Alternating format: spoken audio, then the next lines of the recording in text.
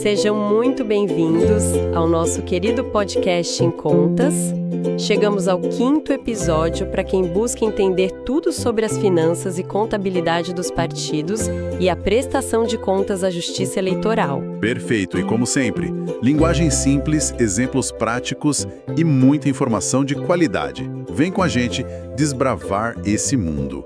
Este material foi desenvolvido especialmente pensando nisso. Este é o nosso 5º episódio da temporada de 2021 da série Julgamentos do TSE, Prestações de Contas de Diretórios Nacionais. Hoje vamos analisar um julgamento relevante do Tribunal Superior Eleitoral, TSE, que ocorreu em 25 de março de 2021. Exatamente. Hoje a gente vai fazer uma análise bem minuciosa da prestação de contas anual de um Diretório Nacional Partidário.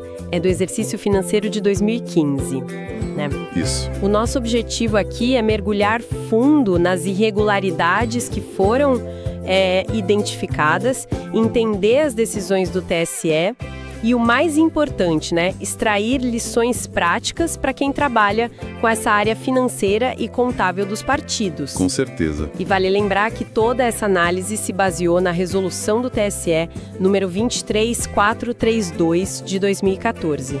Era a norma que valia para aquele ano específico, 2015. Isso mesmo. E é sempre bom reforçar, o papel da prestação de contas. Ela não é só uma formalidade. É um instrumento-chave para a transparência, para o controle de como os partidos usam o dinheiro. Principalmente o público, né? Principalmente o público, como o fundo partidário. A Justiça Eleitoral, ela faz um pente fino mesmo. Verifica se o gasto foi regular, se a origem do dinheiro é lícita, ou seja, se não veio de fonte vedada, ou se não é aquele recurso de origem não identificada, o famoso RONE. Ah, o RONE, sempre ele. Pois é. E um ponto que a gente vai ver que foi crucial nesse caso, a comprovação da vinculação da despesa com a atividade partidária efetiva. Não é só jogar a nota fiscal lá, sabe? Tem que mostrar que aquele gasto serviu de verdade para o partido. Muito bem colocado. E para a gente começar essa análise, que tal a gente abordar primeiro as irregularidades que encontraram na conta de outros recursos? Aqueles que não são do fundo partidário, mas que também têm regras, né? Ótima ideia. Nessa conta específica, o exame técnico do TSE apontou basicamente 2 problemas grandes. O recebimento de dinheiro de fontes proibidas por lei. Fontes vedadas. Exato, fontes vedadas. E a entrada de recursos sem identificação clara da origem, o RONE. Vamos detalhar primeiro essa da fonte vedada. O valor que eles identificaram foi de R$ 56.704,78. E como descobriram isso?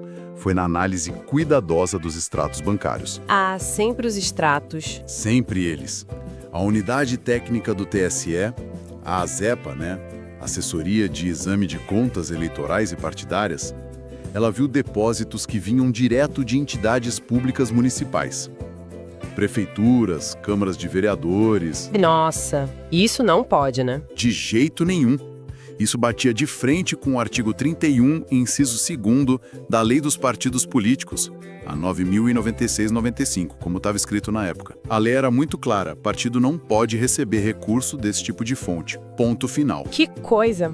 Imagino que o partido deve ter tentado justificar isso, não? Qual foi a defesa deles para esses depósitos vindo de órgão público? Tentaram sim. A defesa foi que esses valores seriam, na verdade, contribuições voluntárias, de filiados deles que tinham mandato eletivo nesses municípios, sabe? Ah, tipo um dízimo partidário. Exatamente. A ideia era essa.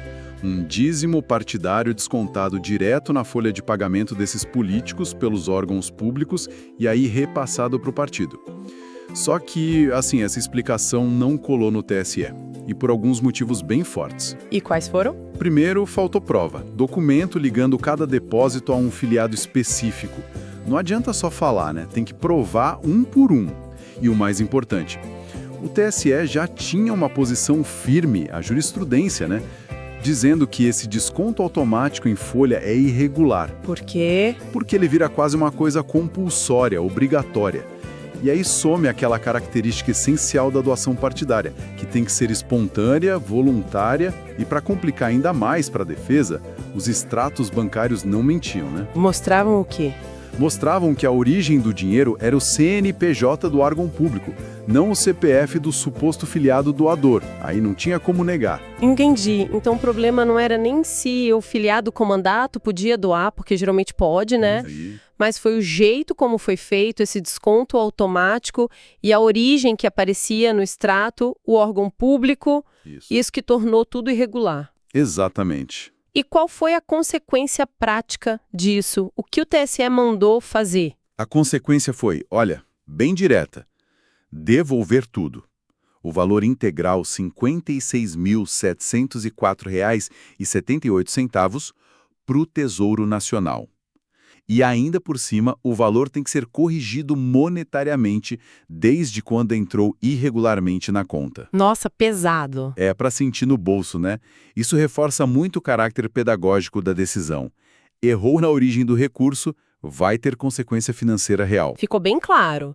Agora, e a outra ponta dessa conta de outros recursos? Os tais recursos de origem não identificada, o RONE. Nesse ponto, também teve ordem para devolver? Aí a história foi um pouquinho diferente. No começo, a área técnica, a ACEPA, tinha sim apontado uns R$ 36 mil como RONE nessa mesma conta. Mas, durante o julgamento mesmo, no plenário do TSE, o ministro relator do processo decidiu afastar essa devolução. Pelo menos não especificamente por ser RONE. Ué, por quê? O partido conseguiu identificar a origem de tudo em cima da hora? Em parte, sim. Quando foram analisar mais a fundo os extratos, já na fase do julgamento, viram que uma parte desses 36 mil, tipo uns 10 mil, na verdade tinha sim identificação, CPF ou CNPJ lá nos detalhes da transação. Isso já tira a característica de RONE, né? Certo. Agora, a maior parte, quase R$ 26 mil, tinha uma origem, digamos, peculiar. Eram movimentações de bloqueios e depois resgates feitos por ordem judicial. Pelo sistema Bacenjude, sabe? Ah, sim, o Bacenjude, que liga a justiça aos bancos. Esse mesmo. O relator entendeu o seguinte: como eram ordens judiciais que causaram essas movimentações, tecnicamente não era RONE, porque a origem, era a decisão judicial, era conhecida. Mas... Ah, lá vem o mas. Sempre tem o mas nessas análises, né? Qual foi dessa vez? Exato. O mas foi que, beleza, não era tecnicamente RONE, então não ia gerar devolução por essa razão específica. Só que a completa falta de informação no processo sobre quais ações judiciais causaram esses bloqueios e resgates. E isso foi considerado uma irregularidade grave. Mesmo sem ser RONE? Mesmo sem ser RONE, a justificativa do TSE foi que essa falta de documento, de explicação sobre a natureza dessas ordens judiciais, atrapalhou a fiscalização. A Justiça Eleitoral não conseguiu entender direito a real movimentação financeira do partido por causa disso. Então, resumindo, não devolveram como RONE, mas a falha na transparência, na obrigação de prestar contas direitinho, ficou registrada como um ponto bem negativo. Perfeito. Isso mostra uma coisa muito importante. A obrigação de ser transparente vai além do básico, né? Não basta o dinheiro não ser tecnicamente um RONE. O partido tem que documentar, tem que explicar tudo o que acontece na conta, mesmo coisa complexa como ordem judicial. Exatamente. Fica a lição, falta de clareza, mesmo sem mandar devolver na hora, pode sim ser uma irregularidade grave. É mais um ponto daquele aprendizado contínuo que a gente sempre fala. Bom, superamos essa parte de outros recursos. Vamos agora, então, mergulhar nas irregularidades com o fundo partidário. A gente sabe que aí o controle é ainda mais rigoroso por ser dinheiro público e os valores costumam ser bem maiores, né? Corretíssimo. E aqui, nesse caso, foi onde a situação realmente pegou para o partido. A principal causa para desaprovarem as contas e da maior parte do dinheiro que mandaram devolver foi justamente isso. Falta ou insuficiência de comprovação adequada para um monte de despesas pagas com fundo partidário. Antes da gente entrar nos exemplos, acho que seria bom explicar para o pessoal a regra básica de como comprovar gasto com fundo partidário, o que a Resolução 23432, lá no artigo 18, pedia em 2015. Não é só apresentar a nota fiscal e pronto, né? De jeito nenhum. Você tocou no ponto central. A regra de ouro é ter um documento fiscal idôneo. Geralmente a gente pensa logo na nota fiscal, mas pode ser cupom fiscal, fatura detalhada, Depende do caso, né? Certo. Esse documento não pode ter rasura, tem que ter data de emissão clara, identificação completa de quem prestou o serviço ou vendeu o bem com o CNPJ ou CPF, nome, endereço direitinho e, claro, a identificação completa do partido que recebeu. E aqui, ó, vem o pulo do gato. Qual? A descrição do serviço ou do bem tem que ser detalhada. Não pode ser genérico, tipo serviços gerais ou material de escritório.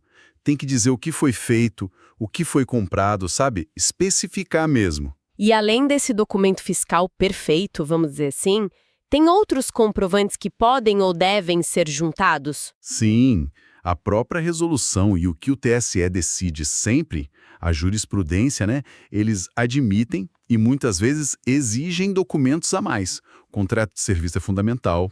Comprovante de que o material foi entregue de verdade, tipo um canhoto de nota assinado, ou de que o serviço foi feito, relatório, foto, lista de presença, essas coisas.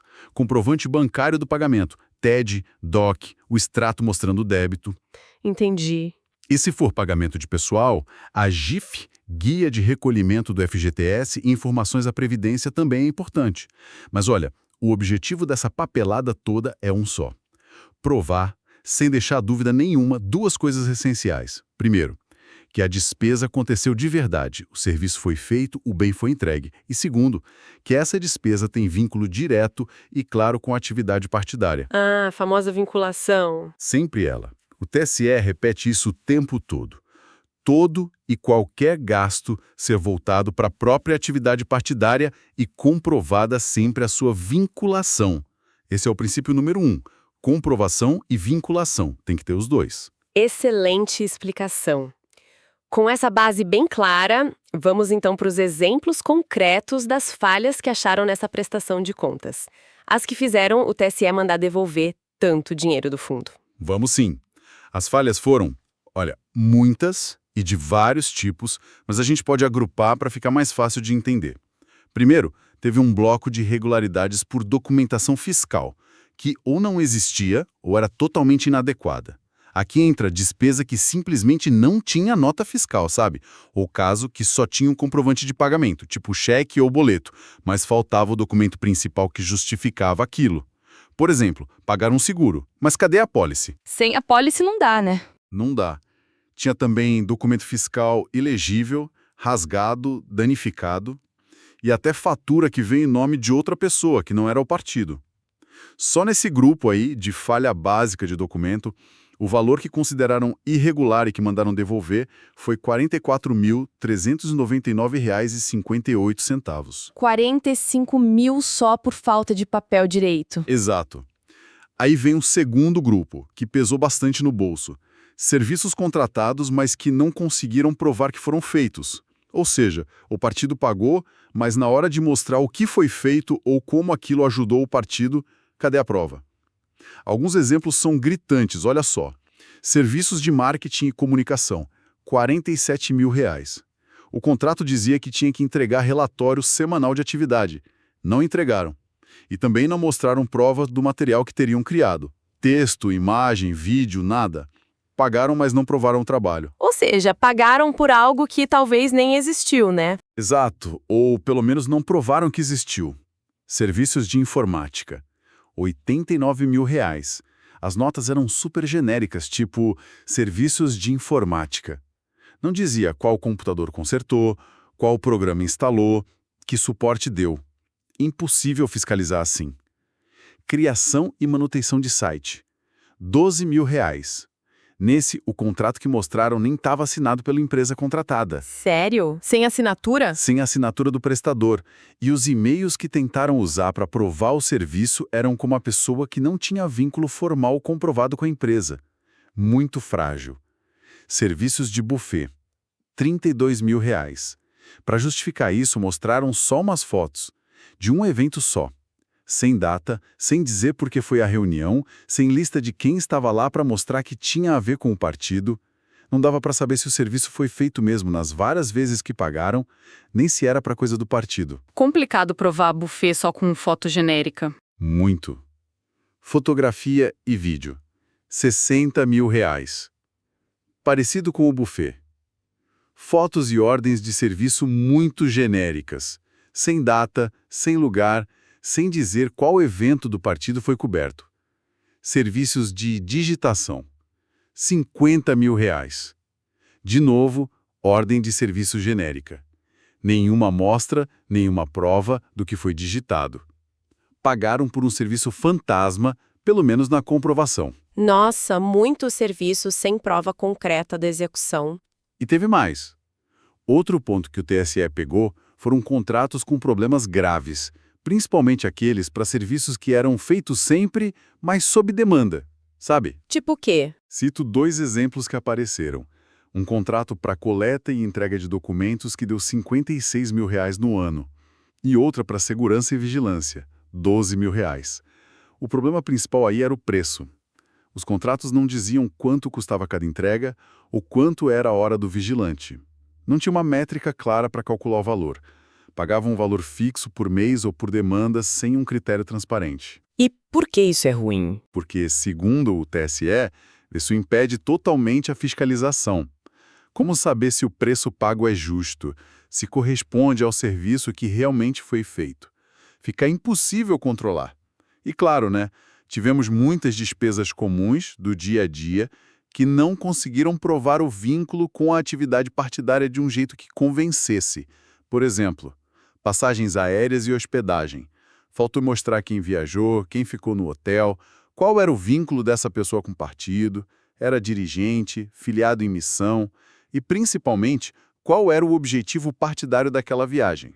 A resolução era clara, tinha que justificar a finalidade. Não basta viajar, tem que dizer por quê, né? Exato. Combustível. As notas do posto não diziam a placa do carro abastecido. E o partido também não provou que os carros, quaisquer que fossem, eram dele ou estavam alugados por ele formalmente. Sem isso, como saber se o combustível foi para a atividade do partido ou para outra coisa? Despesas com estacionamento, refeições, compra de alimentos em mercado, de novo, nota fiscal genérica. Sem uma justificativa clara, documentada, dizendo como aquele gasto específico ajudou o partido. Foi para uma reunião, um evento, qual? Faltou explicar. Muita coisa do dia a dia que precisa de cuidado extra na hora de justificar. Com certeza. E para fechar essa lista, um caso que deu o que falar. O pagamento mensal pelo aluguel de um quarto de hotel em Brasília. Deu R$ 43 mil no ano todo. Um quarto fixo no hotel. Isso, um apartamento fixo num hotel. O partido não conseguiu provar direito por que precisava desse aluguel fixo, em vez de pagar diárias só quando precisasse. Não mostrou o período exato de uso em cada mês, quem usou o apartamento e, o mais importante, não demonstrou que o uso foi exclusivo para a atividade partidária. E além da falta de prova do uso, teve mais alguma coisa? Teve. O TSE também questionou a economicidade. Será que manter um quarto alugado o ano inteiro era mesmo mais barato do que pagar diárias só nos dias de necessidade comprovada? Essa análise de custo-benefício também faltou. Nossa, que lista extensa mesmo. Fica muito claro o padrão, né? Uma falta geral de cuidado com o documento, com justificativa, com a prova do vínculo partidário. É quase um manual do que não fazer. Exatamente. Isso reforça demais aquele caráter pedagógico que a gente falou, serve de alerta para todo mundo, mas olha, é bom notar que nem tudo foi glosado, né? Teve um gasto com propaganda que acabou sendo aceito. Bem lembrado. Teve sim. Uma despesa de R$ 15.500 com propaganda partidária que no começo estava sendo questionada por falta de comprovação. Mas aí, durante o processo, o partido conseguiu achar e apresentar à mídia o vídeo da propaganda que foi produzido. Ah, então conseguiram provar. Conseguiram. Com essa prova material de que o serviço foi feito, o TSE considerou a despesa regular.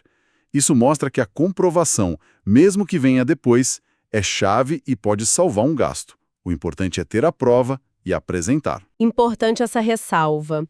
Agora, além de todas essas falhas na comprovação das despesas que você detalhou, teve outra irregularidade ligada ao fundo partidário que também gerou ordem de devolução, certo? Aquela questão do repasse para a fundação partidária? Isso mesmo. O partido falhou em cumprir uma obrigação da lei, repassar um percentual mínimo do fundo partidário para a fundação ligada a ele.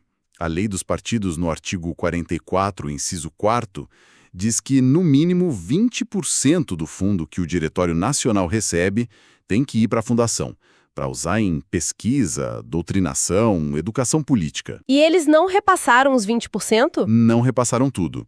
Os cálculos do TSE mostraram que eles deveriam ter repassado R$ 1.036.576,73, mas só repassaram R$ 982.499,15. Ficou faltando, então, R$ 54.077,58. E essa diferença, esses 54 mil que não foram para a fundação, também tiveram que ser devolvidos para o Tesouro. Tiveram sim. E aqui tem um ponto interessante sobre como a jurisprudência do TSE muda, o que reforça a importância do aprendizado contínuo. Olha só. Para as contas de anos antes de 2015, o TSE entendia que essa falha não repassar o mínimo para a fundação era uma irregularidade que só contava para o percentual de falhas das contas.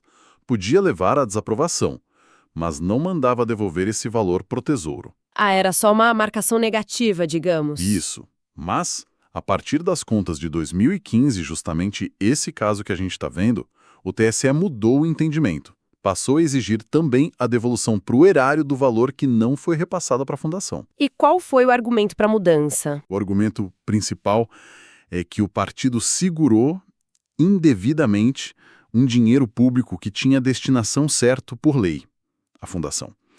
E não cumpriu essa destinação. O recurso não foi usado para a finalidade que a lei mandava. O acórdão até cita o caso que marcou essa virada, a prestação de contas 17007-DF. Nossa, muito relevante essa mudança. Mostra como quem cuida das contas do partido tem que estar sempre de olho não só na lei, mas em como o TSE está interpretando e aplicando essa lei. As consequências podem mudar de um ano para o outro. Exatamente, não dá para dormir no ponto. Bom, já vimos as irregularidades que geraram devolução de dinheiro, fonte vedada, os gastos sem comprovação do fundo, o repasse que faltou para a fundação, mas o julgamento apontou outras falhas graves também, só que com sanções diferentes, que não envolveram devolver dinheiro direto para o Tesouro, certo? Quais foram as principais? Certo. Duas outras irregularidades tiveram um peso bem grande na análise final do TSE. A primeira foi a falha em aplicar o percentual mínimo do fundo partidário que devia ir para incentivar a participação das mulheres na política. E a segunda foi a completa falta de repasse de dinheiro do fundo para os diretórios estaduais e municipais do próprio partido. Vamos começar pela questão das mulheres. Qual era a regra e o que o partido não fez? A lei dos partidos, lá no artigo 44, inciso V, como estava escrita para 2015, exigia que os partidos usassem, no mínimo, 5% do total do fundo partidário para criar e manter programas de promoção e difusão da participação política das mulheres. Nesse caso aqui, o cálculo mostrou que esse mínimo era R$ 259.144,18. Só que o partido não conseguiu provar que usou esse valor direitinho para essa finalidade. Mas eles não tentaram justificar nenhum gasto nessa área? Tipo, dizer que gastaram com as mulheres? Tentaram. O partido até disse que gastou quase R$ 405 mil, que, segundo eles, seriam para isso. Só que o TSE, quando foi ver que gastos eram esses, desconsiderou tudo para fins da cota feminina. E por que desconsiderou o que eles apresentaram? Porque eram despesas, assim, puramente administrativas ou genéricas. Coisa tipo reforma de imóvel, manutenção de computador, segurança do prédio, serviço de digitação, aluguel de vaga de garagem, sabe? Gasto que beneficiava a estrutura geral do partido, mas sem nenhuma ligação direta, comprovada, com ação efetiva para as mulheres. Tipo, fazer curso de formação política para mulher, palestras, seminário, publicar material específico. Ah, entendi. Tinha que ser algo focado nelas. Não gasto geral. Exatamente. A jurisprudência do TSE é muito firme nisso. Gasto administrativo genérico não serve para cumprir a cota dos 5%. Precisa ter aplicação finalística específica. E nesse caso, já que não teve devolução para o Tesouro, qual foi a punição que o TSE aplicou? A sanção aqui é diferente e já estava na lei da época, na redação da Lei 12.342/2009. O partido foi condenado a fazer o seguinte: no ano seguinte a quando a decisão ficar definitiva, ele vai ter que acrescer 2,5% do valor do fundo partidário que recebeu lá em 2015. Esse acréscimo vai ser calculado sobre o valor que deixou de ser aplicado na pauta feminina, os R$ 259 mil. Corrigidos, claro. Então eles pegam o que não gastaram, corrigem e ainda somam mais 2,5% do fundo de 2015. Isso. E essa soma toda, o valor não aplicado plus o acréscimo, vai ter que ser usada obrigatoriamente em programas de incentivo à participação política das mulheres. Isso além do percentual mínimo que já vai ser exigido normalmente naquele ano futuro. É tipo uma multa que volta para a própria política de gênero. Entendi. E teve alguma anistia, alguma coisa assim? O TSE afastou a aplicação de uma anistia que existe na lei, artigos 55A e 55B. Por quê? Porque o partido não conseguiu provar que usou esses recursos depois para financiar a candidatura de mulher, nem tinha saldo específico na conta para isso. Então a sanção do acréscimo ficou valendo. Um detalhe que chama atenção e que o acórdão até menciona é a reincidência do partido nessa falha. Já tinha acontecido nas contas de 2013 e 2014. Isso acende um alerta, né? Sobre a importância do aprendizado contínuo e talvez de um compromisso mais real com a causa, não só cumprir tabela. Exatamente. Reincidência sempre pesa contra. E a outra irregularidade grave, que também não gerou devolução, mas foi chave para a decisão final, foi a total ausência de repasses do fundo partidário para as instâncias inferiores do partido. O ano de 2015 inteiro, o Diretório Nacional simplesmente não passou nada do fundo para os diretórios estaduais e municipais. Nada, zero. Zero. E isso viola diretamente os incisos I e 3 do artigo 44 da Lei 9.096/95. A lei diz que o fundo tem que ser usado para manter sede e serviço do partido e para custear campanha eleitoral. E isso, claro, inclui as atividades e campanhas nos estados e municípios. E qual a consequência disso na prática? Por que o TSE acha isso tão grave? A consequência é drástica para a vida do partido, né? Como o próprio TSE falou no julgamento, citando decisões anteriores, essa concentração total de dinheiro na cúpula nacional causa um enorme gravame ao exercício da democracia nos âmbitos regional e municipal. Traduzindo. Sufoca a base. Exatamente. Asfixia financeiramente os diretórios locais, inviabiliza as atividades deles, manter uma sede aberta, formar gente nova, fazer campanha local. No fim das contas, enfraquece o partido inteiro. É uma falha que vai no coração da estrutura democrática do partido. Faz todo sentido, mas então por que essa falha gravíssima não gera uma ordem de devolução para o Tesouro, como as outras? A explicação técnica é a seguinte. Embora a lei diga que o fundo tem que ser usado para manter as estruturas locais, ela não fixa um percentual mínimo obrigatório que o Diretório Nacional tem que distribuir para baixo. Ah, não tem um número na lei? Não tem. E sem um critério numérico definido em lei, a irregularidade que é não repassar nada fica imensurável para calcular um valor a ser devolvido para o erário. O TSE não tem como dizer, o partido devia ter repassado X% e não repassou. Então, devolva Y. Não tem base para isso. Mas a gravidade da irregularidade é tanta que ela pesa demais na avaliação geral das contas. É considerada por si só suficiente para justificar a desaprovação. Entendido. Mesmo sem mandar devolver, é uma falha que pode condenar a prestação de contas. Bom, depois de destrinchar todas essas irregularidades, fonte vedada, a montanha de gastos sem comprovação ou vínculo, a falha no repasse para a fundação, a omissão na cota feminina e essa falta de repasse para as bases, qual foi, então, a decisão final do TSE? E quais foram as sanções que realmente aplicaram a esse Diretório Nacional? Olha, diante desse cenário todo, né, um conjunto tão grande e significativo de irregularidades que comprometeram muito a lisura, a regularidade da gestão financeira do partido, só as falhas no uso do fundo partidário foram quase 20%, para ser exato, 19,64% do total que eles receberam naquele ano.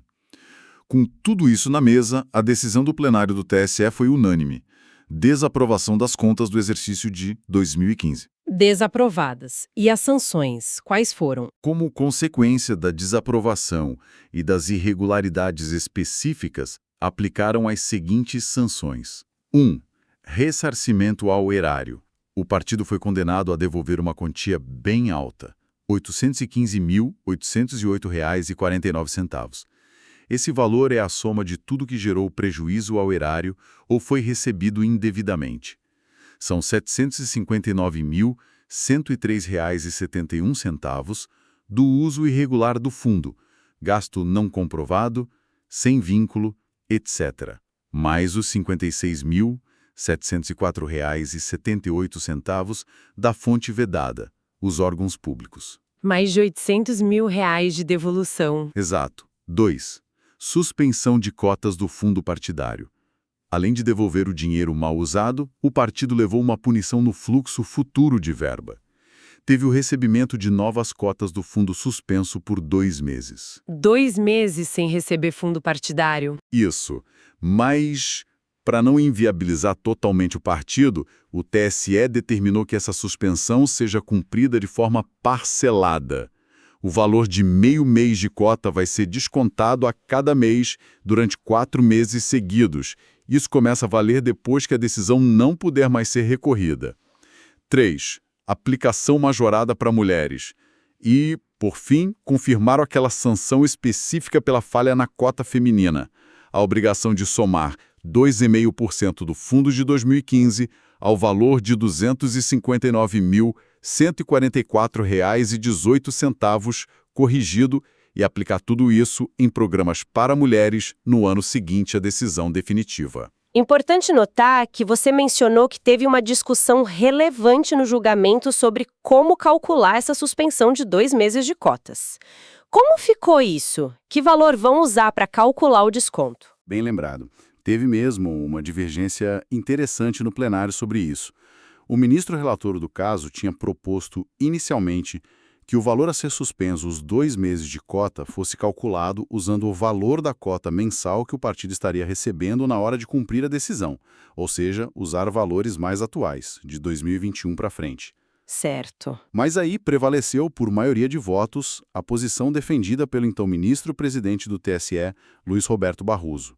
Ele argumentou, e a maioria concordou, que a base de cálculo mais correta, mais justa, seria o valor do duodécimo, que é a parcela mensal do fundo partidário que o partido efetivamente recebeu lá em 2015, no ano em que as irregularidades aconteceram.